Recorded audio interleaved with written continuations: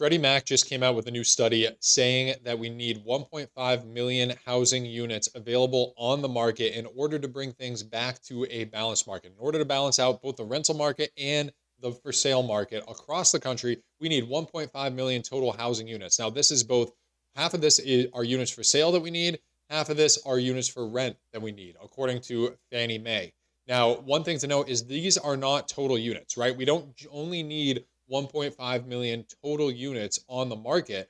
We need 1.5 or total units to be built, rather. We need 1.5 total units on the market. So we need 750,000 homes for sale, active on the market, and 750,000 units for rent active on the market in order to bring things back in line. That's very different than the total number of housing units. So we're going to dive into exactly what this data means, how they came up with this $1.5 million number, and what are some solutions that businesses and people can bring into place that can help this affordability crisis that we're having across the country. So before we get into it, my name is Liam O'Reilly. I'm a realtor in Vermont with Jerry Riley Real Estate. If you have any real estate needs, reach out to me directly. I would be happy to help you. And let's get right into the article here. So Fannie Mae, U.S. Economic Housing and Mortgage Market Outlook, May of 2024. We're going to scroll down. This link's in the description, by the way. So if you want to take a deeper dive into exactly what they're saying, feel free to click the link in the description. So right here, to bring the vacancy rate, both rental and homeowner, so both the rental and the homeowner vacancy rate, which is what they're talking about. They mention it up here. The vacancy rate ticked down from Q4 of 2023, and it remained for homeowners, the homeowner vacancy rate ticked down from Q4 of 2023. The rental vacancy rate stayed unchanged at 6.6%. And so in order to bring that vacancy rate, both on the homeowner side and on the rental side, back in line with historical averages, the U.S. would need to add, according to Freddie Mac, the U.S. would need to add 1.5 million vacant for sale or for rent properties. So that's how many more rental properties, basically 750,000 rental properties, 750,000 homes for sale on the market is what would be needed in order to bring the vacancy rate back in line with historic norms. And you see here, they show how oversupplied or undersupplied the market is. We can see here back in the early 2000s, leading up to the 2008 great financial crisis, we were oversupplied leading up into that crash. So for rent properties, we're well oversupplied leading into 2008. And then slowly for sale properties became oversupplied before, of course, home prices crashed across the country. Now, if we take a look at where we're at now, we're undersupplied on homes significantly, right? There were, moving through the 2010s, there was a slight oversupply on properties for sale and a pretty drastic undersupply on homes for rent across the country. And then in recent history, in the 2020s, we have an undersupply on both for sale and for rent properties. And so this 1.5 number is where we're at today in Q1 of 2024. Now, what would happen to the housing market if this happened? What would happen to homes for sale and the median sales price? Well, I think the answer is pretty straightforward. The median sales price would start to go down. And to be frank, we can see this in this graph. It's trending in the right direction, right? The shortage is trending down. We are starting to dig away at that hole, dig away at that inventory crisis. And if things were to return back to normal, if the vacancy rate were to return to historic norms, we would see median sales price come back down to levels that I think would be more in line with historic monthly payment numbers. So right now, the average mortgage payment is very high. You have to be, the median income that you need to make as a household to purchase a property is at an all-time high. And that's because both median sales price and interest rates are very high. And the reason why they're so high is because there's not much inventory on the market. Even though inventory has been climbing, we're still at historic lows for inventory throughout most of the nation. I know Vermont is a very extreme example where we have almost no homes for sale, but most of the country throughout the United States doesn't have the inventory to cause prices to go down. Now, if you've watched some of my videos, I posted a video recently that said we might be at the top of the housing market, of this housing cycle. And the reason why I said that, one of the main reasons, is we talked about home buyer payments up 9% year over year.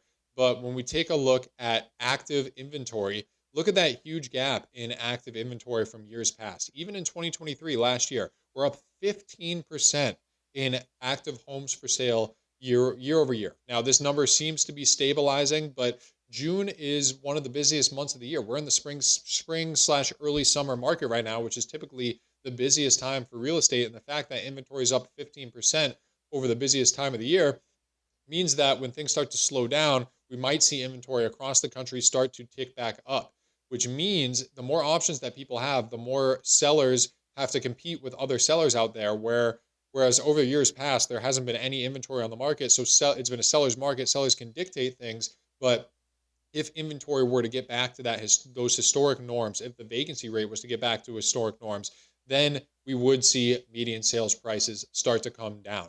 So what is happening with building? So last year, 1.6 million units.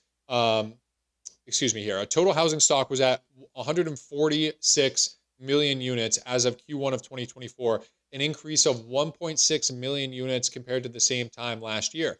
Which, okay, that's not so bad. 1.6 million units added this year. That's a pretty good chunk of the 3.8 million total units that they estimate that we need. And it says here, this is reflected as an increase of approximately 1.4 million total occupied housing units and 0.2 million vacant housing units. So that vacant housing units, those are homes or housing units that are either on the market for sale or for rent. So 1.4 of that 1.6 was occupied immediately, and 200,000 of that 1.6 million adds to the vacant housing, that 1.5 number that we need. But if we need 3.8 million housing units, according to Fannie Mae, then at the rate that we're building now, we should have that in under 2 years if we're going to be adding 1.6 million housing units compared to this time last year. Now, something that I think is really important about this number is these are housing units added that they're talking. The total housing stock increase. So these aren't necessarily the total amount of housing units built, right? That number is going to be higher than the total because some homes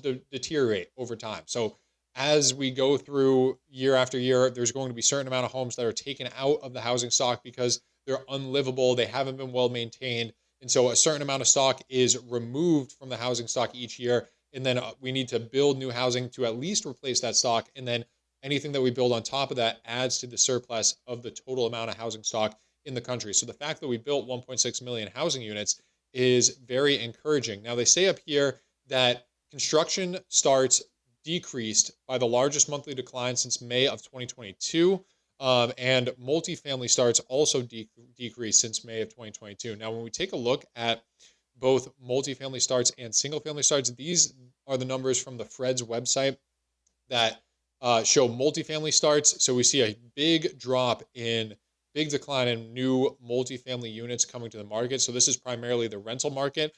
A lot of that has to do with the commercial banking crisis or the cracks in the commercial banking system that are going on right now. That's a topic for another video, but that's why commercial or multifamily starts are so low. And when we take a look at single family starts, we see that, yes, there was a big month over month decline from February to March, which is exactly what they're talking about, the month over month in Q1, but we're still above 2023 levels of building. So, we're still at a relatively healthy rate of building, even though there was a sharp decline.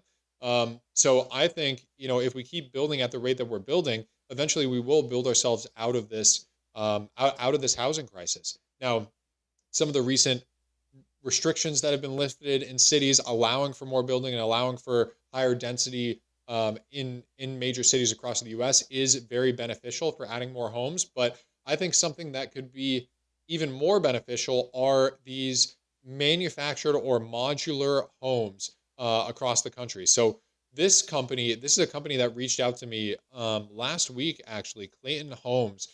They were trying to break into the Vermont housing market, and they said that they're based out of Tennessee. They can build a 1,600 square foot home with a basement, with a 2-car garage for around $320,000 all in as their end product down in Tennessee, which you probably can't do that in Vermont, given the fact that most lots around here are 150 to 250,000. So it's pretty tough to bring a brand new home with septic, with well, or public utilities, a full basement, connected to the grid for, if you're getting the lot for 700 or 250,000, you can't do all that for 70 grand. That's just not feasible. But even so, if you can build down in Tennessee for 320 grand, maybe you can bring it to Vermont for around 450,000, which would be outstanding. That's way lower than any of the new construction that we have here in the state currently. And take a look at this video. These aren't just manufactured homes here. These aren't like, when you think about a mobile home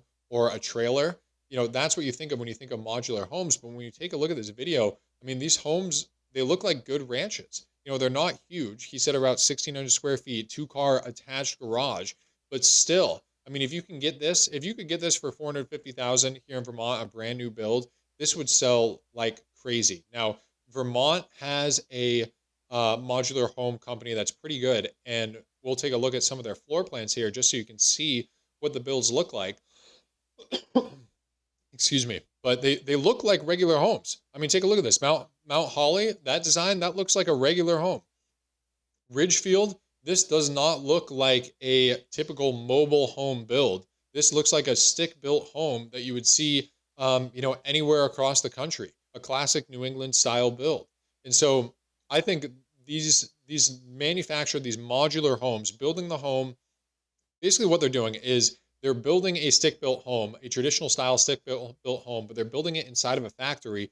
They're putting parts together. Like I know Huntington Homes, a common thing that they do is they build it in 4 separate parts. So they put 4 quarters of the home are built in a factory, and then they ship those 4 individual quarters of the home to the build site, and then piece those quarters together and attach them. So you don't have to worry about the inside of the home getting wet, or any element with, or any variance with elements, cold weather, rain, things like that. It's all inside, which should make things cheaper. It's also all concentrated in one place, so there's less commute time.